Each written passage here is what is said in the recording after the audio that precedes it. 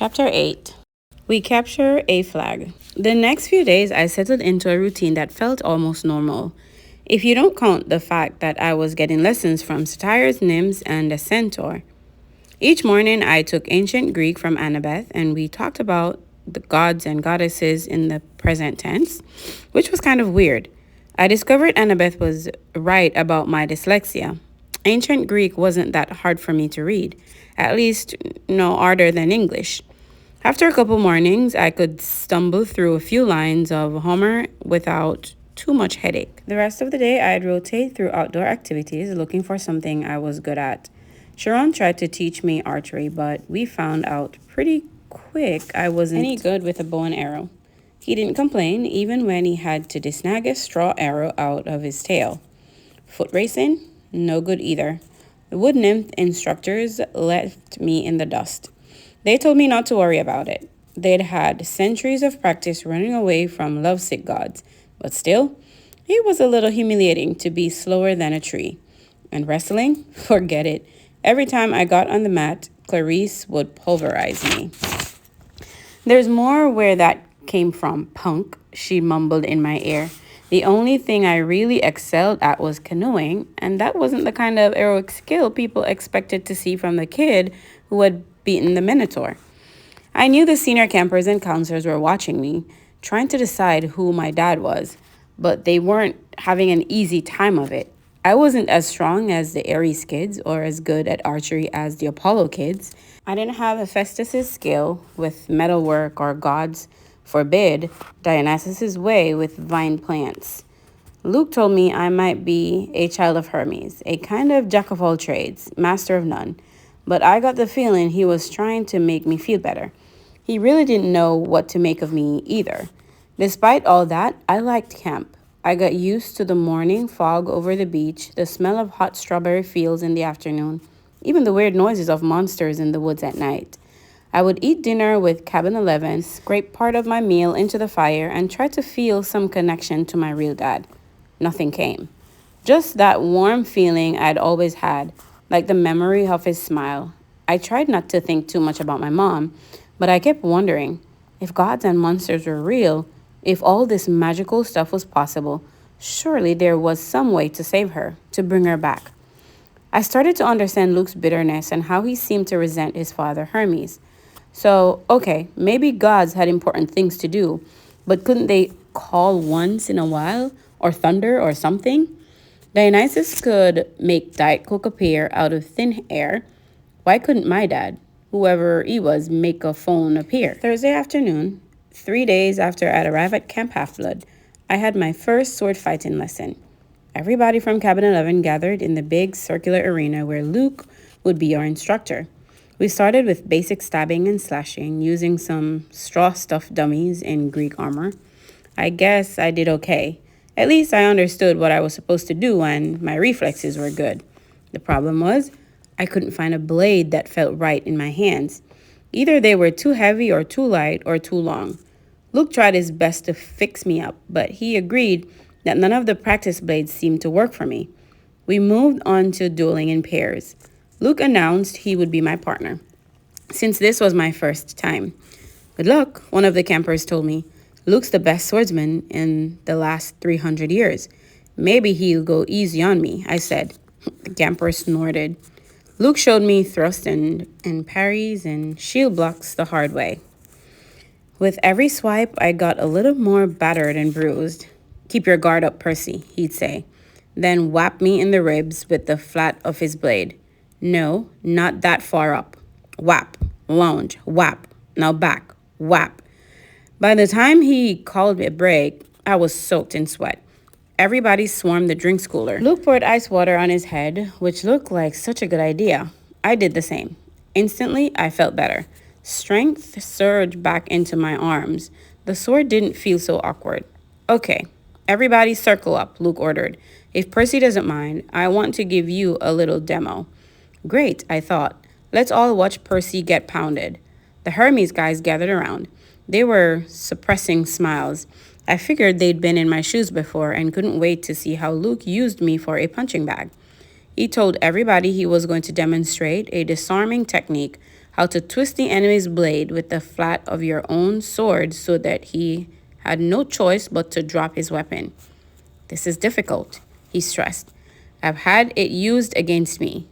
No laughing at Percy now. Most swordmen have to work years to master this technique. He demonstrated the move on me in slow motion. Sure enough, the sword clattered out of my hand. Now in real time, he said, after I'd retrieved my weapon. We keep sparring until one of us pulls it off. Ready, Percy? I nodded, and Luke came after me. Somehow, I kept him from getting a shot at the hilt of my sword. My senses opened up. I saw his attacks coming. I countered. I stepped forward and tried a thrust of my own. Luke deflected it easily, but I saw a change in his face. His eyes narrowed, and he started to press me with more force. The sword grew heavy in my hand. The balance wasn't right. I knew it was only a matter of seconds before Luke took me down, so I figured, what the heck? I tried the disarming maneuver. My blade hit the base of Luke's, and I twisted, pulling my whole weight into a downward thrust. Clang! Luke's sword rattled against the stone. The tip of my blade was an inch from his undefended chest. The other campers were silent. I lowered my sword. Sorry. For a moment, Luke too was stunned to speak. Sorry. His scarred face broke into a grin. By the gods, Percy, why are you sorry? Show me that again. I didn't want to. The short burst of manic energy had completely abandoned me. But Luke insisted. This time, there was no contest. The moment our swords connected, Luke hit my hilt and sent my weapon skidding across the floor. After a long pause, somebody in the audience said, "Beginner's luck?" Luke wiped the sweat off his brow. He appraised at me with an entirely new interest. Maybe, he said, but I wondered what Percy could do with a balanced sword. Friday afternoon, I was sitting with Grover at the lake, resting from a near-death experience on the climbing wall. Grover had scampered to the top like a mountain goat, but the lava had almost gotten me. My shirt had smoking holes in it. The hairs had been singed off my forearms. We sat on the pier watching the Naiads do underwater basket weaving until I got up the nerve to ask Grover how his conversation had gone with Mr. D. His face turned a sickly shade of yellow. Fine, he said. Just great. So your career is still on track? He glanced at me nervously. Charant told you? I want a searcher's license. Well, no. I had no idea what a searcher's license was, but it didn't seem like the right time to ask. He just said you had big plans, and that you needed credit for completing a keeper's assignment. So did you get it? Grover looked down at the Naiads. Mr. D suspended judgment. He said I hadn't failed or succeeded with you yet, so our fates were still tied together. If you got a quest and I went along to protect you and we both came back alive, then maybe he'd consider the job complete. My spirits lifted. Well, that's not so bad, right?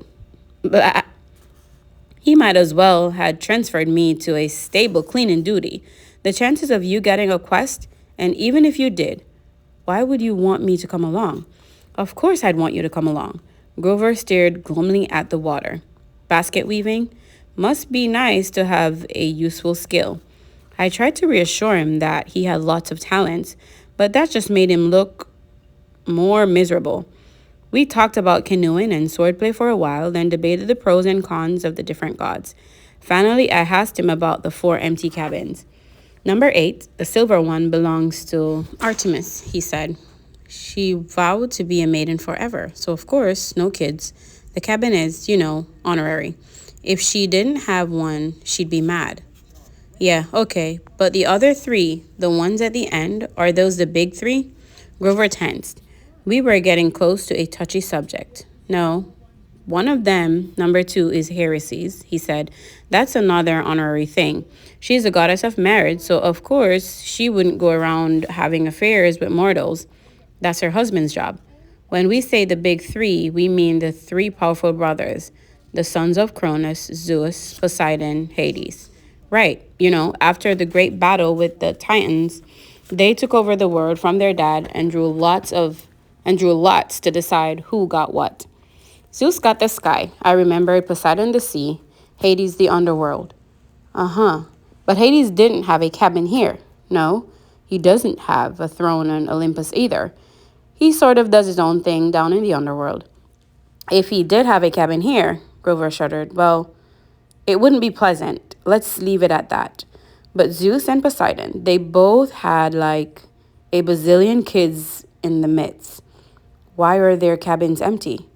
Grover shifted his hooves uncomfortably. About 60 years ago, after World War II, the big three agreed they wouldn't sear any more heroes. Their children were just too powerful. They were affecting the course of human events too much, causing too much carnage. World War II, that was basically a fight between the sons of Zeus and Poseidon on one side and the sons of Hades on the other. The winning side, Zeus and Poseidon, made Hades swear an oath with them, no more affairs with mortal women. They all swore on the river Styx. Thunderboon, I said, that's the most serious oath you can make, Grover nodded. And the brothers kept their word, no kids. Grover's face darkened. 17 years ago, Zeus fell off the wagon. There was this TV starlet with a big fluffy 80s hairdo. He just couldn't help himself. When their child was born, a little girl named Thalia, well, the river Styx is serious about promises. Zeus himself got off easy because he's immortal, but he brought a terrible fate on his daughter. But that isn't fair. It wasn't the little girl's fault. Grover hesitated. Percy, children of the big three have powers greater than other half-bloods. They have a strong aura, a scent that attracts monsters. When Hades found out about the girl, he wasn't too happy about Zeus breaking his oath. Hades let the worst monsters out of Tartarus to torment Thalia. A satyr was assigned to be her keeper, but she was 12. But there was nothing he could do. He tried to escort her here with a couple of other half-bloods she'd befriended. They almost made it. They got all the way to the top of the hill. He pointed across the valley to the pine tree where I'd fought the Minotaur. All three kindly ones were after them, along with a horde of hellhounds. They were about to be overrun when Thalia told her satyr to take the other two half-bloods to safety while she held off the monsters. She was wounded and tired, and she didn't want to live like a hunted animal. The satyr didn't want to leave her, but he couldn't change her mind, and he had to protect the others. So Thalia made her final stand alone at the top of the hill. As she died, Zeus took pity on her. He turned her into that pine tree. Her spirit still helps protect the borders of the valley. That's why the hill is called Half-Blood Hill. I stared at the pine in the distance. The story made me feel hollow and guilty too. A girl my age had sacrificed herself to save her friends. She had faced a whole army of monsters. Next to that, my victory over the Minotaur didn't seem like much. I wondered if I had acted differently, could I have saved my mother? Grover, I said, have heroes really gone on quests to the underworld? Sometimes, he said. Orpheus, Hercules, Houdini, and have they ever returned somebody from the dead? No, never. Orpheus came close. Percy, you're not seriously thinking. No, I lied. I was just wondering. So, a satyr is always assigned to guard a demigod? Grover studied me warily. I hadn't persuaded him that I'd really dropped the underworld idea. Not always. We go undercover to a lot of schools. We try to sniff out the half-bloods who have the markings of great heroes. If we find one with a very strong aura, like a child of the big three, we alert Charon. He tries to keep an eye on them since they could cause really huge problems. And you found me? Charon said you thought I might be something special. Grover looked as if I'd just let him into a trap. I didn't. Oh, listen. Don't think like that. If you were, you'd never ever be allowed a quest, and I'd never get my license. You're probably a child of Hermes, or maybe even one of the minor gods, like Nemesis, the god of revenge. Don't worry, okay? I got the idea he was reassuring himself more than me. That night after dinner, there was a lot more excitement than usual. At last, it was time for Capture the Flag. When the plates were cleared away, the conch horn sounded and we all stood at our tables. Campers yelled and cheered as Annabeth and two of her siblings ran into the pavilion carrying a silk banner. It was about 10 feet long, glistening gray with a painting of a barn owl above an olive tree. From the opposite side of the pavilion, Clarice and her buddies ran in with another banner, of identical size, but gaudy red, painted with a bloody spear and a boar's head. I turned to Luke and yelled over the noise. Those are those are the flags? Yeah. Harris and Athena always lead the teams. Not always, he said, but often.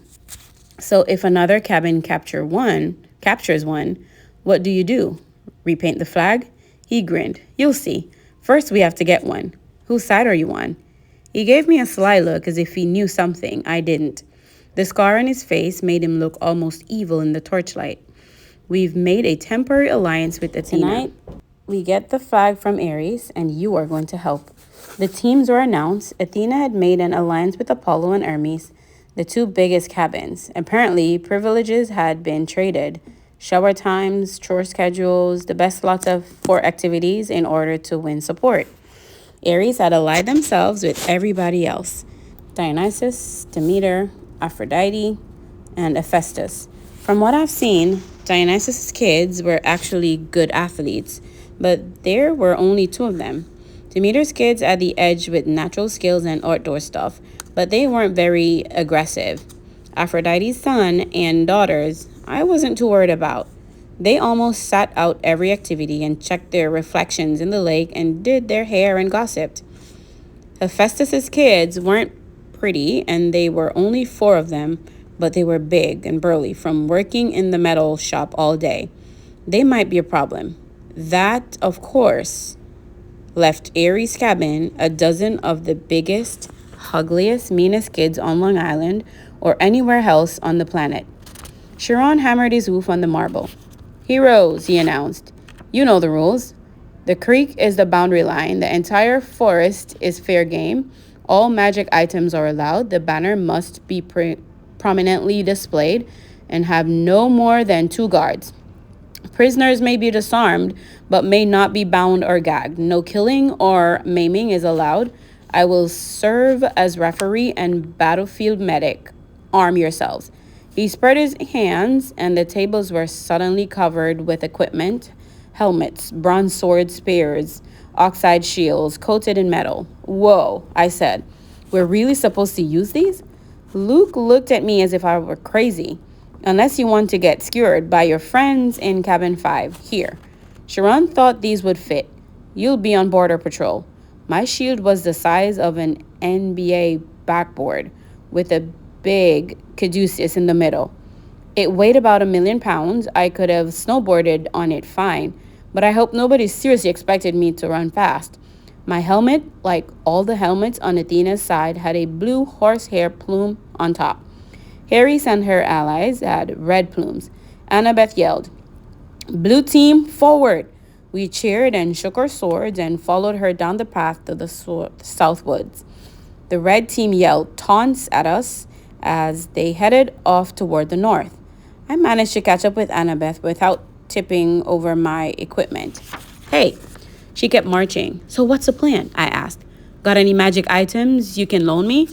Her hand drifted toward her pocket as if she were afraid I'd stolen something. Just watch Clarice's spear, she said. You don't want that thing touching you. Otherwise, don't worry. We'll take the banner from Ares. Has Luke given you your job? Border patrol, whatever that means. It's easy. Stand by the creek, keep the reds away, leave the rest to me. Athena always has a plan. She pushes ahead, leaving me in the dust. Okay, I mumbled. Glad you wanted me on your team. It was a warm, sticky night. The woods were dark with fireflies popping in and out of view. Annabeth stationed me next to a little creek that gurgled over some rocks. Then she and the rest of the team scattered into the trees. Standing there alone with my big blue feathered helmet and my huge shield, I felt like an idiot. The bronze sword, like all the swords I tried so far, seemed balanced wrong. The leather grip pulled on my hand like a bowling ball. There was no way anybody could actually attack me, would they? I mean, Olympus had to have liability issues, right? Far away, the conch horn blew. I heard whoops and yells in the woods, the clanking of metal, kids fighting. A blue-plumed alley from Apollo raced past me like a deer, leaped through the creek and disappeared into enemy territory. Great, I thought. I'll miss all the fun as usual. Then I heard a sound that sent a chill up my spine, a low canine growl somewhere close by. I raised my shield instinctively. I had the feeling something was stalking me. Then the growling stopped. I felt the present retreating. On the other side of the creek, the underbush exploded. 5 Ares warriors came yelling and screaming out of the dark. Cream the punk, Clarice screamed. Her ugly pig eyes glared through the slits of her helmet. She brandished a 5-foot-long spear, its barbed metal tip flickering with red light. Her siblings had only the standard bronze swords. Not that they made me feel any better. They charged across the stream. There was no help in sight. I could run, or I could defend myself against the half-Harry's cabin. I managed to sidestep the first kid's swing, but these guys were not as stupid as the Minotaur. They surrounded me, and Clarice thrust at me with her spear. My shield deflected the point, but I felt a painful tingling all over my body. My hair stood on end, my shield arm went numb, and the air burned. Electricity. Her stupid spear was electric. I fell back. Another Harry's guy slammed me in the chest with the butt of his sword, and I hit the dirt. They could have kicked me into jelly, but they were too busy laughing. Give him a haircut, Clarice said. Grab his hair. I managed to get to my feet. I raised my sword, but Clarice slammed it aside with her spear as sparks flew. Now both my arms felt numb. Oh wow, Clarice said. I'm scared of this guy. Really scared. The flag is that way, I told her. I wanted to sound angry, but I was afraid it didn't come out that way. Yeah, one of her siblings said. But see, we don't care about the flag. We care about a guy who made our cabin look stupid. You do that without my help, I told them. It probably wasn't the smartest thing to say. 2 of them came at me. I backed up toward the creek, tried to raise my shield, but Clarice was too fast. Her spear stuck me straight in the ribs. If I hadn't been wearing an armored breastplate, I would have been shish kebabbed. As it was, the electric point just about shocked my teeth out of my mouth. One of her cabin mates slashed his swords across my arm, leaving a good-sized cut. Seeing my own blood made me dizzy, warm and cold at the same time. No maiming, I managed to say. Oops, the guy said. I guess I lost my dessert privilege. He pushed me into the creek and I landed with a splash. They all laughed. I figured as soon as they were through being amused, I would die. But then something happened. The water seemed to wake up my senses, as if I'd just had a bag of my mom's double espresso jelly beans.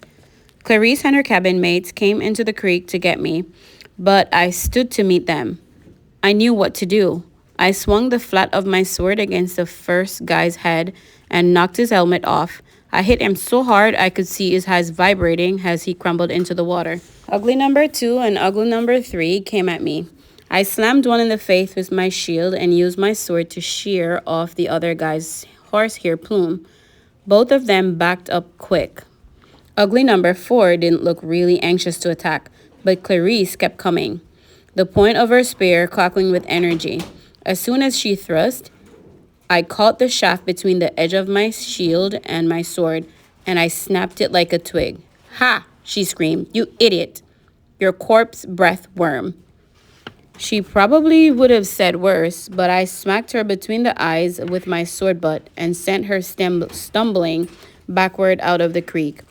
Then I heard yelling, elated screams, and I saw Luke racing toward the boundary line with the red team's banner lifted high. He was flanked by a couple of Hermes guys covering his retreat, and a few Apollos behind them, fighting off the Festus kids. The Ares folks got up, and Clarice muttered a dazed curse. A trick, she shouted. It was a trick. They staggered after Luke, but it was too late. Everybody converged on the creek as Luke ran across into friendly territory. Our side exploded into cheers. The red banner shimmered and turned to silver. The boar and spear were replaced with a huge caduceus, the symbol of Cabin 11. Everybody on the blue team picked up Luke and started carrying him around on their shoulder. Sharon cantered out from the woods and blew the conch horn. The game was over. We'd won. I was about to join the celebration when Annabeth's voice right next to me in the creek said, "Not bad, hero." I looked, but she wasn't there. "Where the heck did you learn to fight like that?" she asked. The air shimmered and she materialized, holding a Yankees baseball cap as if she'd just taken it off her head. I felt myself getting angry. I wasn't even fazed by the fact that she'd just been invisible. You set me up, I said. You put me here because you knew Clarice would come after me, while you sent Luke around the flank. You had it all figured out. Annabeth shrugged. I told you. Athena always has a plan. A plan to get me pulverized? I came as fast as I could. I was about to jump in, but she shrugged. You didn't need help. Then she noticed my wounded arm. How did you do that? Sword cut, I said. What do you think? No, it was a sword cut. Look at it. The blood was gone. Where the huge cut had been, there was a long white scratch, and even that was fading. As I watched, it turned into a small scar and disappeared. I don't get it, I said. Annabeth was thinking hard. I could almost see the gears turning. She looked down at my feet, then at Clarice's broken spear and said, Step out of the water, Percy. What? Just do it. I came out of the creek and immediately felt bone tired. My arms started to grow numb again. My adrenaline rush left me. I almost fell over, but Annabeth steadied me. Oh, stacks, she cursed. This is not good. I assumed it would be Zeus. Before I could ask what she meant, I heard that canine growl again, but much closer than before. A howl ripped through the forest. The camper's cheering died instantly. Sharon shouted something in ancient Greek, which I would realize only later I had understood perfectly. Stand ready, my bow. Annabeth drew her sword. There on the rocks just above us was a black hound the size of a rhino, with lava-red eyes and fangs like daggers. It was looking straight at me. Nobody moved except Annabeth, who yelled, Percy, run! She tried to step in front of me, but the hound was too fast. It leaped over her, an enormous shadow with teeth, and it just as it hit me, as I stumbled backward and felt its razor-sharp claws ripping through my armor, there was a cascade of thwackling sounds, like 40 pieces of paper being ripped one from the other. From the hound's neck sprouted a cluster of arrows. The monster fell dead at my feet. By some miracle, I was still alive. I didn't want to look underneath the ruins of my shredded armor. My chest felt warm and wet. I knew I was badly cut. Another second, and the monster would have turned me into 100 pounds of delicatessen meat. Sharon trotted up next to us, a bow in his hand, his face grim. The immortals, Annabeth said. That's a hellhound from the fields of punishment. They're not supposed to. Someone summoned it, Sharon said. Someone inside the camp. Luke came over, the banner in his hand forgotten, his moment of glory gone. Clarice yelled, It's all Percy's fault. Percy summoned it. Be quiet, child, Sharon told her. We watched the body of the hound melt into shadow, soaking into the ground until it disappeared. You're wounded, Annabeth told me. Quick, Percy, get in the water. I'm okay. No, you're not, she said. Sharon, watch this. I was too tired to argue. I stepped back into the creek, and the whole camp gathered around me. Instantly, I felt better. I can feel the cuts on my chest closing up. Some of the campers gasped. Look, I don't know why, I said, trying to apologize. I'm sorry.